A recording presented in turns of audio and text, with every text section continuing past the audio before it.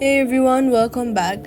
Have a Wells Fargo account or card but never set up online banking access? Here is exactly how to enroll in the Wells Fargo online banking and get into the app for the very first time. First, download the Wells Fargo Mobile app from the App Store. Search for Wells Fargo Mobile and tap Get.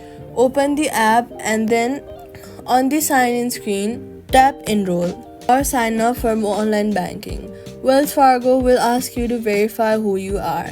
Enter your social security number, all 9 digits, along with your date of birth and your Wells Fargo account debit or credit card number. Tap Continue. Wells Fargo will find your account and confirm your identity. Next, you'll be asked to create a username. This cannot be your email address. Choose something memorable.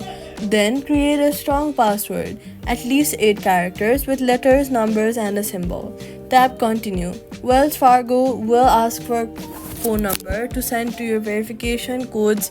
Enter your mobile number. A code will arrive by text. Once it arrives, go ahead and enter it. You are now enrolled in the Wells Fargo online banking and the app will open your accounts.